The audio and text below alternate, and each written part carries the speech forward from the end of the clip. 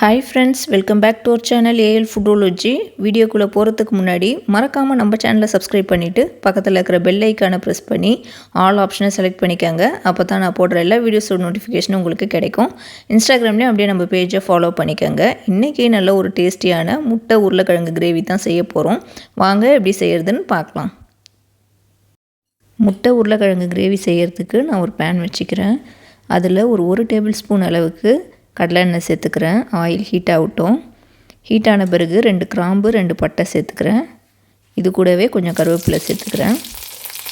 இது பொரிஞ்ச பிறகு கட் பண்ணி வச்சுருக்க ஒரு வெங்காயம் சேர்த்துக்கிறேன். வெங்காயம் சேர்த்துட்டு எப்போதும் வழக்கம் போல் நம்ம வதக்கி விட்டுக்கலாம். வெங்காயம் வந்து ஒரு 3 நிமிஷம் பக்கம் நல்லா வதக்கி விடுங்க. அது கொஞ்சம் கலர் மாதிரி வரணும், அந்த அளவுக்கு வதக்கி விடுங்க.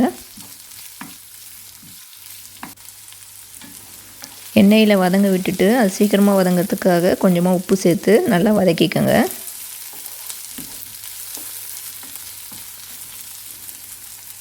வெங்காயம் கொஞ்சம் கலர் மாதிரி வந்த பிறகு 1 டேபிள் ஸ்பூன் அளவுக்கு இஞ்சி பூண்டு பேஸ்ட்டு சேர்த்துக்கிறேன்.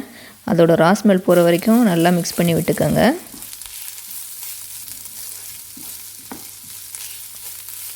இந்த கிரேவிக்கு இஞ்சி பூண்டு பேஸ்ட்டெல்லாம் வந்து நல்ல டேஸ்ட் கொடுக்கும். அதனால் நல்லா வதக்கி விட்டுக்கோங்க, பச்சை ஸ்மெல் இல்லாத அளவுக்கு.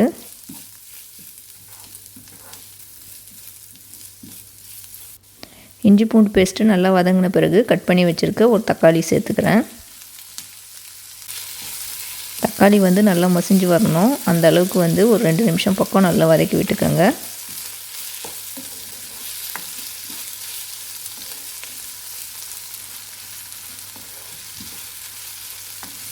தக்காளி நல்லா வதங்கின பிறகு நான் கட் பண்ணி வச்சுருக்க 2 உருளைக்கிழங்கு சேர்த்துக்கிறேன்.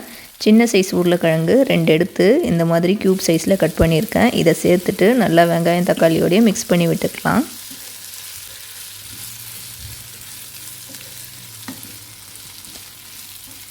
இதை நல்லா மிக்ஸ் பண்ணி விட்டுட்டு இப்போ நம்ம மசாலா தூள்லாம் சேர்த்துக்கலாம். ஒரு 1/2 டீஸ்பூன் அளவுக்கு மஞ்சள் தூள் சேர்த்துக்கிறேன். ஒரு 1/4 டீஸ்பூன் அளவுக்கு மல்லித்தூள் சேர்த்துக்கிறேன்.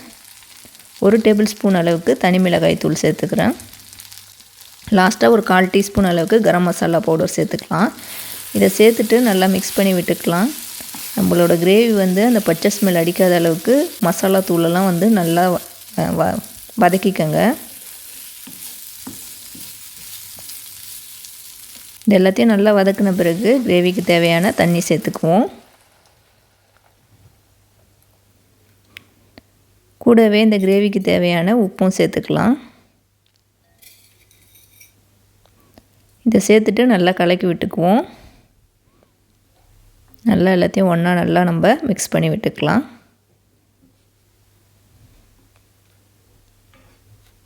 இதை மிக்ஸ் பண்ணி விட்டுட்டு நம்ம மூடி வச்சுக்கலாம். இது ஒரு 1/4 மணி நேரம் விட்டால் உருளைக்கிழங்குலாம் நல்லா கொதித்து குழம்பு ரெடி ஆகிடும். ஏற்கனவே நம்ம சேனலில் முட்டை குழம்பு ரெசிபி நான் வீடியோ போட்டிருக்கேன். ஐகார்டில் லிங்க் கொடுக்குறேன், செக் பண்ணி பாருங்கள். இதுக்கு இடையில் நம்ம கிரேவிக்கு தேவையான தேங்காய் பேஸ்ட் அரைச்சிக்கலாம். நான் ஒரு மிக்ஸி ஜாரில் தேங்காய் வந்து ஒரு 2 டீஸ்பூன் அளவுக்கு எடுத்திருக்கேன், திருவண்ண தேங்காய். அதுக்கப்புறம் 1 டீஸ்பூன் அளவுக்கு ஜீரகம், 1 டீஸ்பூன் அளவுக்கு சோம்பு, 2 டீஸ்பூன் அளவுக்கு மிளகு எடுத்திருக்கேன். இதில் கொஞ்சமாக தண்ணி சேர்த்து நல்லா ஸ்மூத்தாக பேஸ்ட்டாக அரைச்சி எடுத்து வச்சுக்கலாம். இப்போ ஒரு 1/4 மணி நேரம் கழித்து ஓப்பன் பண்ணி பார்ப்போம். பாருங்கள், உருளைக்கிழங்குலாம் நல்லா வெந்துடுச்சு. இதை லைட்டாக நம்ம மிக்ஸ் பண்ணி விட்டுக்கலாம். இதை மிக்ஸ் பண்ணி விட்டுட்டு நம்ம அரைச்சி வச்ச இந்த மிளகு ஜீரகம் தேங்காய் பேஸ்ட்டை இதில் சேர்த்துக்கலாம். இதை சேர்த்துட்டு நம்ம நல்லா இப்போது மிக்ஸ் பண்ணி விட்டுக்குவோம். இது குழம்புக்கு நல்ல டேஸ்ட்டாகவும் இருக்கும், அதே மாதிரி நல்லா திக்னஸும் கொடுக்கும். இதை இப்போ அப்படியே நம்ம சும்மா மூடி விடலாம். இது ஒரு 5 நிமிஷம் பக்கம் விடுவோம். நல்லா குழம்பு கொஞ்சம் கொதித்து திக்காக வரட்டும். ஒரு 5 நிமிஷம் கழித்து நான் ஓப்பன் பண்ணிட்டேன். உங்களுக்கு பார்த்தாலே தெரியும், கிரேவி வந்து நல்லா கொதிச்சிட்ருக்குது. நல்லா அந்த திக்கான கன்சிஸ்டன்சிக்கு கொஞ்சம் வந்துருச்சு. இதை லைட்டாக நம்ம மிக்ஸ் பண்ணி விட்டுட்டு இந்த ஸ்டேஜில் நம்ம உடச்சி வச்சுருக்க முட்டையை சேர்த்துக்கலாம். முட்டையை வந்து முன்னாடியே உடச்சி ஒரு கிண்ணத்தில் ஊற்றிட்டு அதுக்கப்புறம் சேர்த்துக்கோங்க. டைரெக்டாக உடச்சிங்கன்னா முட்டை வேஸ்ட்டாக இருந்தால் குழம்பும் வேஸ்ட் ஆகிடும். அதனால் இது மாதிரி உடச்சி ஊற்றி நான் சேர்த்துக்கிறேன். இப்போ இதை லைட்டாக வந்து நான் அப்படி ஸ்க்ராம்பிள் பண்ணி விடுறேன். ஏன்னா கொஞ்சம் எக்கு வந்து கொஞ்சம் கிரேவியாக கொஞ்சம் ஸ்க்ராம்பிள் ஆகுனா நல்லாயிருக்கும் இந்த கிரேவி. இப்போ இதை திரும்ப மூடி வச்சுட்டு ஒரு 20 நிமிஷம் பக்கம் விடுவோம். ஏன்னா முட்டை வந்து உள்ளே நல்லா வேகணும். நல்லா வெந்த பிறகு நம்ம ஓப்பன் பண்ணி பார்க்கலாம். இப்போ பார்த்தீங்கன்னா நான் இடையில வந்து ஒரு 1/4 மணி நேரம் கழிச்சு ஓப்பன் பண்ணிட்டேன். இதை வந்து ஒரு சின்ன ஸ்பூனில் நம்ம இன்னொரு பக்கம் வந்து திருப்பி விடலாம். இப்போ முட்டை உங்களுக்கு தனித்தனியாக வந்து கிடைக்கும், உள்ளேயும் நல்லா வேகும். இந்த மாதிரி திருப்பி விட்டுக்கோங்க இன்னொரு சைடு.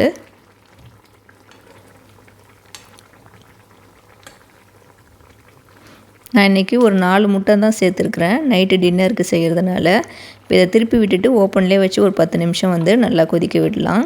கிரேவி வந்து நல்லா கொஞ்சம் கொதித்து திக்கான கன்சிஸ்டன்சிக்கு வந்துடும்.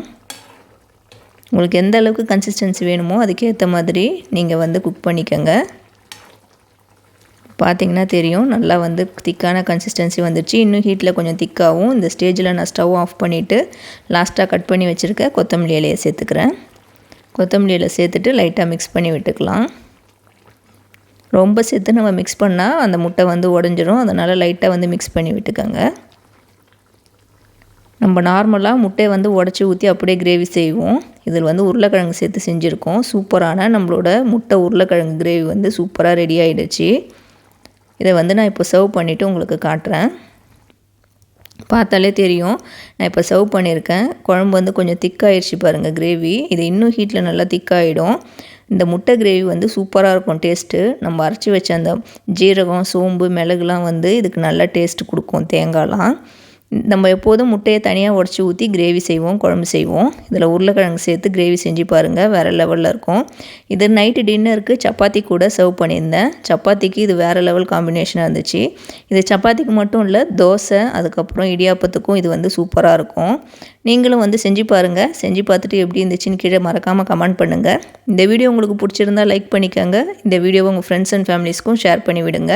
நம்ம ஏல் ஃபுட்டோலஜி சேனலை இது வரைக்கும் சப்ஸ்கிரைப் பண்ணாமல் பார்க்குறவங்க மறக்காமல் சப்ஸ்கிரைப் பண்ணிக்கோங்க. தேங்க்யூ ஃபார் வாட்சிங்.